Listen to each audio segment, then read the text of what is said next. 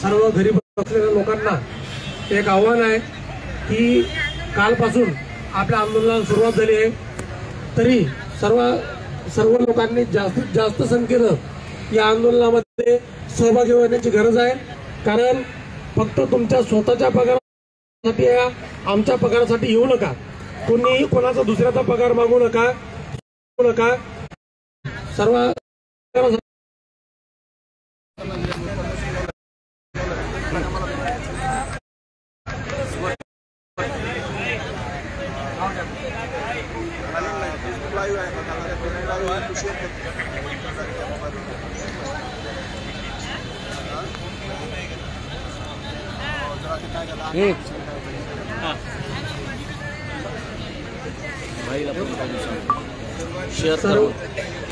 सर्व घरी बसलेल्या लोकांना एक आव्हान आहे की कालपासून आपल्या आंदोलनाला सुरुवात झाली आहे, तरी सर्व लोकांनी जास्तीत जास्त संख्येनं या आंदोलनामध्ये सहभागी होण्याची गरज आहे।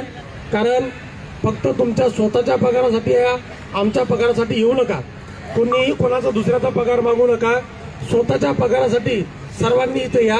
आणि जे काही लोकांनी आता काही जिल्ह्यामध्ये जे ग्रुप ऍडमिन केलंय, आंदोलनाचे मेसेज बोलले, कुठून काही मेसेज आले की कोणी पैसेच मागायले, कशाचे मागायला कशाचे नाही आपल्याला काही माहित नाही। पण जे भुरटे नेते घरी बसलेत, जे 2 दिवस आंदोलन करून जर स्वतःला नेते समजत असतील, तर त्या भुरटे नेत्यांना माझं सांगणं आहे, हरामखोरांना, की लोकांना त्यांचा हक्क भेटू द्या। आणि त्यांच्या हक्काचे जर आळ आलेत तर सामान्य शिक्षक तुम्हाला कधी माफ करणार नाही। त्यामुळे सर्व शिक्षकांनी या अशा तोतया किंवा भुरट्या नेत्यांवर विश्वास न ठेवता आपण जास्तीत जास्त संख्येने या आंदोलनामध्ये सहभागी व्हावं आणि आपल्या हक्काचा पगार मिळवावा। आणि आता समोरचं जे आंदोलन आपल्याला करायचंय, आपण 3 तारखेपासून आंदोलन सुरू केलंय, सर्व पदाधिकाऱ्यांना आपलं बोलून झालं होतं, बोलून झाल्यानंतर आपण आंदोलन ठरवलंय, आंदोलन सुरू झालंय। आंदोलनाचा आजचा 2रा दिवस आहे, 2ऱ्या दिवशी म्हणावं तशी आपली संख्या नाही। आपल्याच बाजूला अंगणवाडी सेविका म्हणून महिला आहेत, अतिशय आक्रमकपणे आणि अतिशय मोठी संख्या त्यांनी त्यांच्या आंदोलनामध्ये सहभागी केली।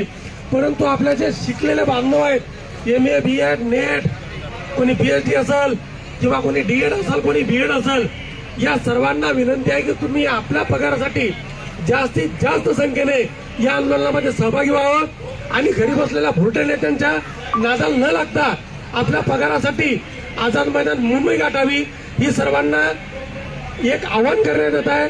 आणि थांबतो, यानंतर आपल्या समन्वयक गगनूबा पवार आपले विचार मांडतील। महाराष्ट्रातील विनोंदनीत शिक्षक बंधू आणि भगिनींनो, 3 तारखेपासून समन्वय संघाच्या माध्यमाने जवाब दो आंदोलन त्या ठिकाणी लागलेलं आहे।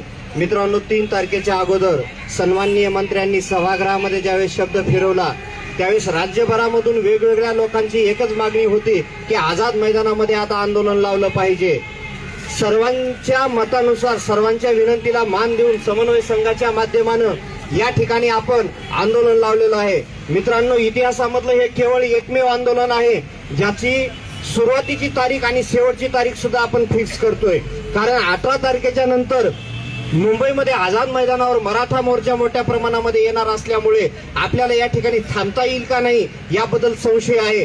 त्यामुळं आजपासून केवळ 10 दिवस जर तुम्ही तुमच्या लेकरांबाळासाठी किंवा तुम्ही तुमच्या कुटुंबासाठी तुमच्या हक्काच्या पगारासाठी जर दिलात, तर 100% खात्रीने मी सांगतो की येणाऱ्या 10 दिवसामध्ये कमीत कमी आपण 1 टप्पा तर नक्की वाढवून घेऊन जाऊ। आणि सन्माननीय शिक्षण मंत्र्यांनी शब्द दिलेला आहे की निघणारा GR हा दरवर्षी आपल्याला टप्पावाढ मिळेल त्या पद्धतीनं निघेल। त्यामुळे ना कुणाचंच न ऐकता केवळ स्वतःच्या पगारासाठी जर आपण 10 दिवस दिलात, तर या ठिकाणी आपला प्रश्न सुटणार आहे। नसेल तर आपल्याला 2028 पर्यंत पुढच्या टप्प्याची त्या ठिकाणी वाट बघावी लागणार आहे। मित्रांनो, या ठिकाणी कमीत कमी आज 2रा दिवस आहे, तरीही सर्व लोकांचा चांगला रिस्पॉन्स आहे। परंतु आज जाऊ, उद्या जाऊ, परवा जाऊ, आज माझी बायकोच आजारी आहे, मुलांचा प्रश्न आहे, लेकरांचा प्रश्न आहे, आज आजच्या दिवशी 141 शिक्षकांची त्या ठिकाणी उपस्थिती आहे. म्हणजे केवळ महाराष्ट्रामध्ये हे केवळ 141च लोक असे आहेत का की त्यांनाच फक्त पगार मिळणार आहे का? 141च लोक असे आहेत का की त्यांच्या म्हणजे केवळ त्यांनाच गरज आहे का? मित्रांनो, सर्व गरजा आपल्याला सर्वांनाच आहेत, परंतु सर्व मी घरी राहिल्यानं काय होतंय, बाकीचे तिथं जाणार आहेत असं म्हणलं, असं जर आपली मानसिकता असेल तर या मानसिकतेमुळे आपला त्या ठिकाणी प्रश्न सुटणार नाही. आणि आपण ह्याच्यामध्ये कुणी अडकू नका. मी अघोषित मध्ये आहे, मी त्रुटीमध्ये आहे, मी 40 मध्ये आहे, मी 60 मध्ये आहे. आपल्याला कमीत कमी 1 टप्पा सर्वांना मिळणार आहे. कमीत कमी 1 टप्पा मिळणार आहे म्हणजे आपल्या पगारामध्ये 15 ते 20 हजार रुपयाची वाढ मिळणार आहे. त्यामुळे सर्वांना समन्वय संघाच्या वतीनं परत एकदा आवाहन करतो की या ठिकाणी आपण उद्यापासून आझाद मैदान त्या ठिकाणी गाठावे. महाराष्ट्रातील प्राथमिक, माध्यमिक आणि उच्च माध्यमिक या शाळांवर सुमारे 62-63 हजार शिक्षक आणि शिक्षकेतर कर्मचारी बंधू भगिनी गेल्या 20 ते 25 वर्षापासून विनावेतन काम करत आहे. मित्रांनो, आपला हा लढा 20 ते 25 वर्षाचा आहे, म्हणजे मोठा लढा आहे. आणि हा लढा लढत असताना आपल्या कायम विनामान तत्व रद्द करण्यासाठी आपण 2001 सालापासून लढा उभारलेला आहे. आणि त्या लढ्याला यश 2009ला कायम शब्द गेला. त्याच्यानंतर 2014ला ज्युनियर कॉलेजचा कायम शब्द गेला.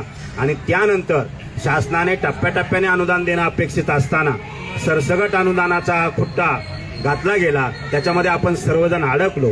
परंतु हे तुम्हाला लक्षात आहे का ज्या ज्या वेळेस आपण लढाई लढलो त्यावेळेस आपला प्रत्येक टप्पा हा निश्चित झालेला आहे. माझे आमदार खोटरे साहेब नेहमी सांगायचे का आंदोलन हे कधीही वाया जात नसते. आणि मग आंदोलन केल्यामुळे आपला कायम शब्द गेला, आंदोलन केल्यामुळे आपल्याला 20% मिळालं, आंदोलन केल्यामुळे अघोषित शाळा घोषित झालेल्या आहेत. अजूनही अघोषित शाळा आहेत, 20% शाळा आहेत, 40% आहेत आणि 60% आहेत. आपल्याला सर्वांना 100% जायचं आहे. आणि सर्वांना 100% जायचं असेल तर त्याला पर्याय फक्त, त्याला उपाय आणि त्याला औषध फक्त एकमेव का आझाद मैदान या ठिकाणी आंदोलन तीव्र करणे, संख्या दाखवणे. संयोजक काम करतायत. आपल्याला 27-28 ज्या संघटना आहेत त्या सर्व संघटनांच्या पदाधिकाऱ्यांना मी या माध्यमातून विनंती करतो, महाराष्ट्रातील 62,000 शिक्षक आणि शिक्षकेतर कर्मचारी बंधू भगिनी यांना विनंती करील का आपल्यामधले सर्व हेवे दावे, श्रेयवाद बाजूला ठेवा आणि आपल्या हक्काच्या पगारासाठी, आपल्या स्वतःच्या पगारासाठी आपण आझाद मैदान गाठा. निश्चितपणे आंदोलन वाया जाणार नाही. आपली उपस्थिती आपल्याला आंदोलन मिळवून देणार आहे. मी पुनश्च एकताच्या फेसबुकच्या माध्यमातून आपल्याला नम्रतेची विनंती करीन की आपण घरी थांबण्यापेक्षा आझाद मैदानावर या. आपला हक्काचा पगार मिळवण्यासाठी संघर्ष करा, लढा. लढल्यानंतर लढाई 100% जिंकणार आहे. आपण लढणार आहोत आणि लढल्यानंतर जिंकणार आहोत. धन्यवाद. नमस्कार. घरी बसलेले जे बांधव आहेत त्या बांधवांना माझी विनंती आहे, आपण कशाची वाट पाहत आहात? आपला काय आमंत्रणाची गरज आहे का? आपल्याला काय निमंत्रण द्यायचं आहे का? आपल्याला स्वतःचा या ठिकाणी हक्क मिळवायचा आहे. स्वतःच्या पगारासाठी या ठिकाणी आपल्याला यायचं आहे. आपण किती दिवस, काही लोकांचं आता रिटायरमेंट उंबरवट्यावर आलेलं आहे, शेवटच्या टप्प्यात आलेला आहे, तरी पण आपल्या लोकांना लाजा वाटत नाहीत. कारण या लोकांना कळालं पाहिजे, जे घरी बसलेले लोक आहेत त्यांना कळालं पाहिजे. या ठिकाणी आपण पाहतोय आज 63,000-64,000 आपण आपल्या शिक्षकाची संख्या सांगतोय. आणि या ठिकाणी जर आझाद मैदानावर आपण पाहिलं, आज आंदोलनाचा दुसरा दिवस आहे. एक बोटावर मोजण्या एक ती 100-150 संख्या आहे. खरंच आपल्या या ठिकाणी आपल्याला लाज वाटली पाहिजे. ज्या अडाणी महिला आहेत, ज्या महिलांचं त्या ठिकाणी शिक्षण सुद्धा व्यवस्थित झालेलं नाही, त्या महिला आज आझाद मैदानावर हजारोच्या संख्येने उपस्थित आहेत. आपण MA BEd, BEd, त्या ठिकाणी MSc BEd, कोणी काही झालेलं आहे, एवढा झालेला असताना जर आपल्याला त्या ठिकाणी कळत नसेल तर आपल्या एवढे आपण या ठिकाणी लोक, नालायक लोक म्हणायला सुद्धा या ठिकाणी मला बोलायला सुद्धा या ठिकाणी भाग पाडावं लागतं. कारण आपलं जीवन सर्व या पगारावर आहे. आपलं आयुष्य संपत चाललेलं आहे. पुढे निवडणुका आहेत, पुढे आचारसंहिता लागणार आहे. आणि ही जर संधी गेली तर आपल्याला पुन्हा या ठिकाणी 4 वर्ष संधी भेटणार नाही. म्हणून माझी सर्व जे घरी बसलेले जे घरी बसून व्हॉट्सअपवर मजा घेणारे, शाळेत बसून मजा घेणारे सर्व जे शिक्षक बांधव आहेत त्यांना विनंती आहे, आपण सर्वांनी उद्यापासून या ठिकाणी पुढचे 4 दिवस आपली महत्वाची लढाई आहे.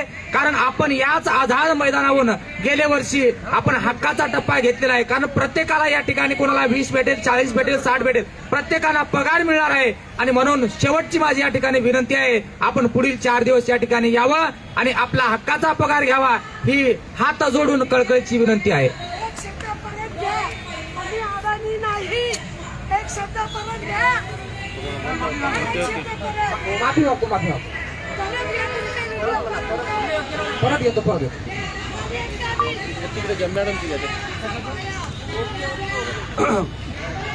आदमी मरने के बाद सोचता नहीं है, आदमी मरने के बाद सोचता नहीं है, आदमी मरने के बाद बोलता नहीं है, और जो आदमी बोलता नहीं है, जो आदमी सोचता नहीं है, वो आदमी मर जाता है. मी महाराष्ट्रातल्या तमाम माझ्या विनाअनुदानित, अंशतः अनुदानित, अघोषित मंत्रालय स्तरावरील आणि पुणे स्तरावरील पूर्तता केलेले आणि तुर्तीमध्ये असणाऱ्या सर्व बंधू आणि भगिनींना आझाद मैदानावरून शिक्षक समन्वय संघाच्या वतीने या ठिकाणी जाहीर आवाहन करतो की आपल्या संघटनेने आतापर्यंत गेल्या अनेक वर्षापासून एकजुटीने आंदोलन केलेले आहे आणि त्या आंदोलनाचे वेळोवेळी आपल्याला फळं सुद्धा मिळालेली आहेत. ती छोट्या छोट्या स्वरूपामध्ये मिळालेली फळं जर आपण अल्पसंतुष्टी मनाने, अल्पसंतुष्ट भावनेनं ती फळं जर आपण घरी बसून टाकत असू तर आपल्या एवढे कर्मदरिद्री मला तरी वाटते दुसरे कोणी असणार नाहीत. आणि जेव्हा आम्ही काल या ठिकाणी आझाद मैदानावर आलो, दरवेळेस आम्ही कुठलंही पद नसताना किंवा संघटनेच्या या बॅनर खाली समन्वय संघाच्या सर्व शीर्षस्थ नेत्यांच्या किंवा जे स्वतःला स्वयंघोषित म्हणून वेगवेगळ्या विभागाचे फार मोठे नेते म्हणून घेतात, हे आम्ही अनेक वर्षापासून पाहतो. आणि पाहत असताना सुद्धा आम्ही एक सामान्य शिक्षकाची भूमिका घेऊन प्रत्येक वेळेस या आंदोलनामध्ये येत असतो. आपण एक या आंदोलनाची ताकद असते, ही या शिकलेल्या मनामध्ये, बुद्धीमध्ये असलेली आमची एक प्रांजळ भावना किंवा भूमिका आहे. आणि आता काही लोकांच्या सांगण्यावरून या ठिकाणी येण्यासाठी कुठल्या कारणानं येत नाहीत हे आपल्याला माहीत नाही. परंतु मला जे सामान्य माझ्यासारखे जे लाभार्थी शिक्षक आहेत त्यांना या ठिकाणी कळकळीची हात जोडून विनंती करायची की आपली पगार, आपली जबाबदारी. काही लोक कोण्या माध्यमातून काय करायलेत, कशा पद्धतीने करायलेत हे आपल्याला देणं घेणं नाही. जोपर्यंत सामान्य आपण सगळेजण एका जागी येणार नाहीत तोपर्यंत आपला खरंच प्रश्न सुटणार नाही. आणि मी शेवटचं एवढं सांगणार आहे की या आंदोलनामध्ये आपल्या आंदोलनाची धग, आंदोलनाचा टेम्पो जर आपला वर नाही झाला तर मला वाटतं की पुढच्या वेळेस किंवा अशा पद्धतीनं आंदोलन लावण्यासाठी जे आज या ठिकाणी आझाद मैदानावर आलेले आपण सगळेजण आहोत किंवा ज्यांनी पुढाकार घेऊन ही भूमिका घेतली आंदोलन लावण्याची, त्या माणसाचं मन किंवा त्या माणसाची बुद्धी सुद्धा दजावणार नाही. आणि मग आपले आंदोलनच होणार नसतील तर भविष्यामध्ये तुम्ही ज्या टप्प्यावर आहात, ज्या पायरीवर आहात, त्या पायरीवरच तुम्ही या ठिकाणी राहसाल. असं मी या ठिकाणी तुम्हाला आझाद मैदानावर येण्यासाठी आवाहन करण्यासाठी या ठिकाणी अंतःकरणातून, काळजाच्या पायथ्यापासून मी या ठिकाणी तळमळीनं आवाहन करतो आणि विनंती करतो.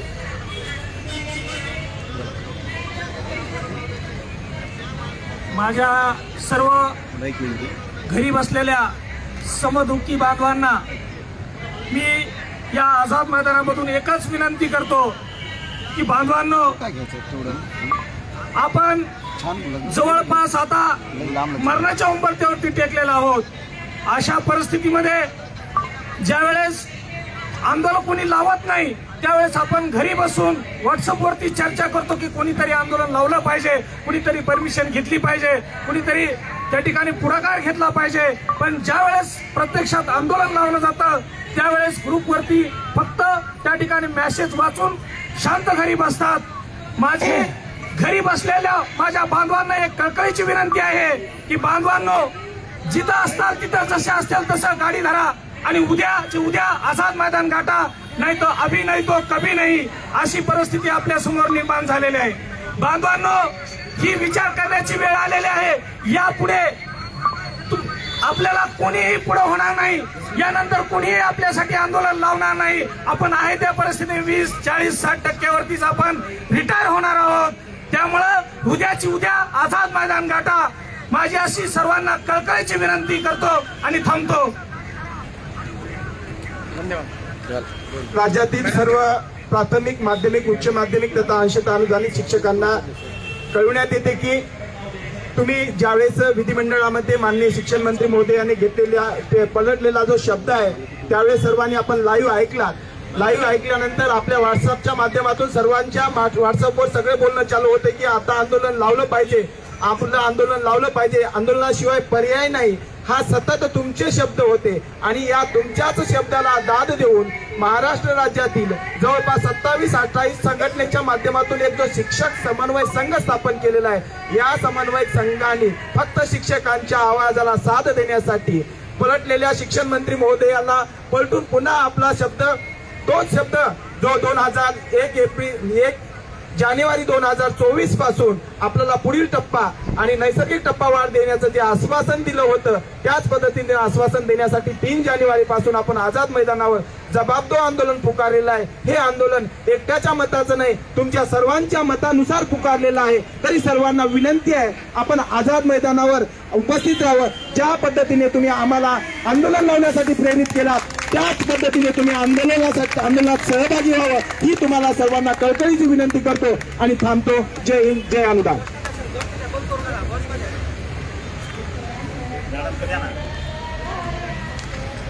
नमस्कार.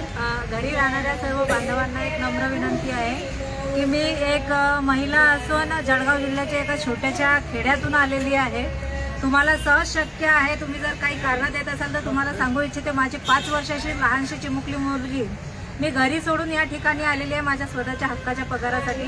तुम्ही पण आलं पाहिजे आणि नाही जर येत असाल तर प्लीज कृपया करून तुमचे पत्ते आम्हाला द्याल. ह्या माझ्या बांगड्या मी तुमच्यासाठी आणखी विकत घेऊन परत तुमच्यासाठी पाठवेल. आणि महिला भगिनींना एक विनंती आहे की आम्हाला समान हक्क पाहिजे, समान वेतन पाहिजे. मग लढ्यामध्ये पण आपली समानता दाखवा आणि आझाद मैदानाला लवकरात लवकर या, कारण कदाचित पुरुषांपेक्षा महिला ह्या जास्त भांडणात पुढे असतात. तर इथं सुद्धा सरकारशी भांडायला या, सरकारशी भांडायला या, आपला हक्क मिळवायला या. समान वेतन जर पाहिजे असेल पुरुषांच्या बरोबरीत तर पुरुषांच्या तुलनेनं आपली सुद्धा संख्या तेवढीच असली पाहिजे. एवढं बोलून थांबते. धन्यवाद.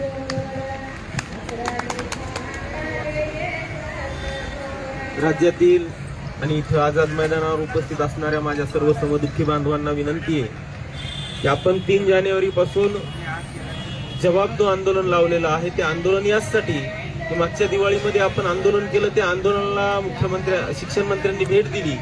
शिक्षण मंत्र्यांनी भेट दिल्यानंतर एक शब्द दिला होता आपल्याला की पुढच्या वर्षी म्हणजेच 1 जानेवारी 2024 पासून तुम्हाला अनुदानाचा पुढचा टप्पा दिला जाईल आणि त्या प्रत्येक वर्षी पुढा टप्पा वाढवून दिला जाईल. जे दिलेलं पत्र आहे ते पत्रामध्ये दिलेले शब्द, त्या शब्दाचा खेळ करून शिक्षण मंत्री महोदयांनी जे काही अधिवेशन झालं त्या अधिवेशनामध्ये शब्द फिरवला. राहिलेले दिवस कमी आहेत मित्रांनो, दिवस आता राहिलेले आहेत फक्त महिना 1.5 महिना. शासन लोकसभेच्या निवडणुका येतील, त्यानंतर मग विधानसभेच्या निवडणुका येतील. या सगळ्या निवडणुका मी ते अडकून पडतो आपण आणि पुढचा टप्पा मिळणार नाही आणि निर्णय सुद्धा होणार नाही. आता राहिलेले आहेत आपल्या हातामध्ये 2-4 दिवस. नंतर आपल्याला प्रॅक्टिकल परीक्षा घ्याव्या लागतील. परीक्षा झाल्यानंतर लगेच वार्षिक परीक्षा येतील. त्या राहिलेल्या आपल्या हातामध्ये जेवढे दिवस आहेत तेवढ्या दिवसामध्ये जर आपल्याला आपला निर्णय करून घ्यायचा असेल तर तो निर्णय फक्त आणि फक्त संख्येच्या जोरावर होणार आहे. त्या संख्येच्या जोरावर होणार आहे तर मग संख्या कशी जमणार?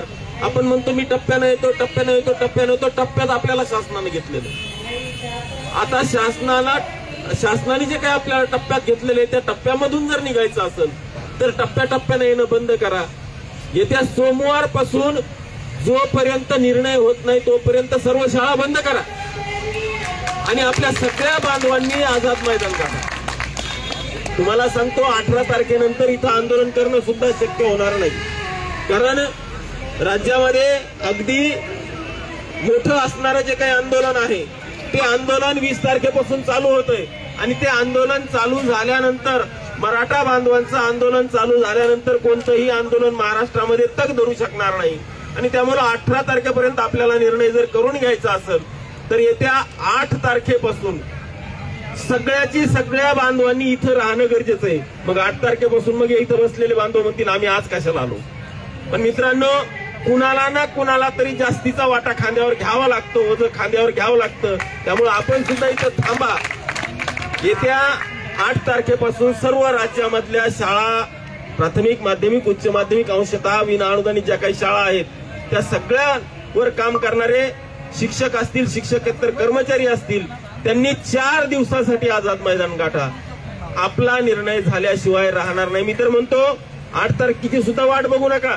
शनिवार, रविवार, सोमवार, मंगळवार हे 4 दिवस जर आपण तिथं घातले तर बुधवारची जी काही कॅबिनेट आहे त्या कॅबिनेटमध्ये आपला निर्णय झाल्याशिवाय राहणार नाही. त्यामुळं उद्यापासून जसं निघता येईल तसं येऊन आझाद मैदान गाठा. नक्कीच आपला निर्णय झाल्याशिवाय राहणार नाही. आणि सगळ्या बांधवांना एक शब्द आणि एक अनुभवाचे बोल सांगतो,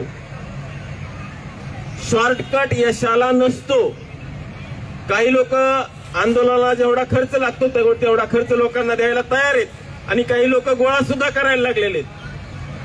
तशानं अनुदान भेटत नाही. आंदोलनासाठी आझाद मैदानावरच यावं लागतं आणि त्याच वेळेस अनुदान भेटतं. अशा भुरट्यांच्या नादी लागू नका. असे जे काही नीच नालायक लोक जे आहेत त्यांच्या नादी लागू नका. आझाद मैदान गाठा. कोणत्याही शॉर्टकटनं कोणताही निर्णय होत नाही. हे आपण सुशिक्षित आहात. सिंगल, डबल, टिबल वेगवेगळ्या आपण पोस्ट ग्रॅज्युएट आहोत. त्यामुळं अशा लोकांच्या नादी लागू नका आणि उद्यापासून आझाद मैदान गाठा. एवढंच सांगतो. 2-3 दिवस आपण जे काही 2 दिवस शाळा बंद राहतील, 3 दिवस शाळा बंद राहतील, त्याचा असणारा सिलेबस आपण पुढे कंप्लीट करू. शिकवणारे आपणच आहे. आपल्या विद्यार्थ्याचं आपण कदापिही नुकसान होऊ देत नाहीत. तुम्हाला जाणवत असेल, आठवत असेल, मागच्या 3 वर्षामध्ये शिक्षक समन्वय संघानं जे काही आंदोलनं केलेत ते आंदोलनामध्ये सुट्ट्यामध्ये केले. त्याचं कारण असं आहे की आपण विद्यार्थ्याचं नुकसान होऊ नये याची काळजी घेतलेली. दुर्दैवानं शब्द फिरवल्यामुळं किंवा आपल्याला पाहिजे तो न्याय न मिळाल्यामुळं आपल्याला नाईलाजानं हे आज शाळा चालू असताना आंदोलन करावं लागलेलं आहे.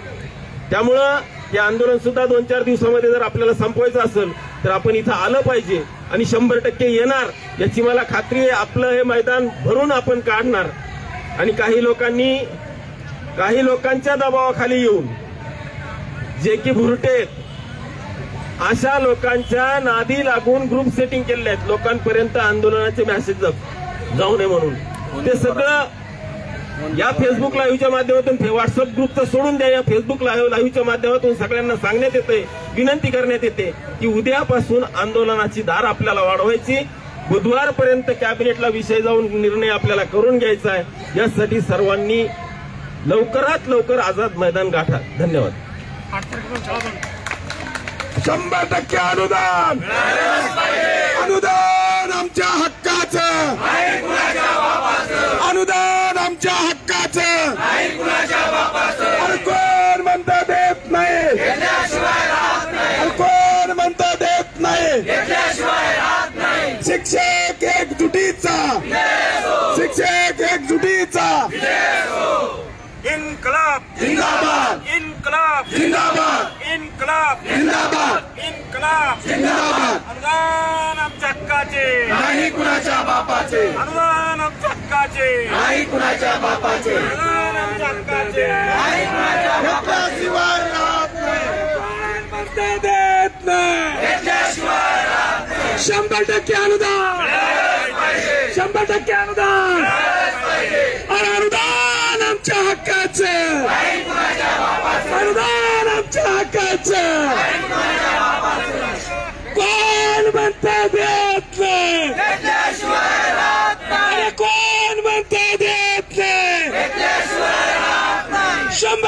अनुदान 100% अनुदान अनुदान आमच्या हक्काचं अनुदान आमच्या हक्काचं अरे कोण म्हणता देत नाही अरे कोण म्हणता देत नाही 100% अनुदान 100% अनुदान 100% अनुदान शिक्षक समन्वय संघाचा शिक्षक समन्वय संघाचा शिक्षक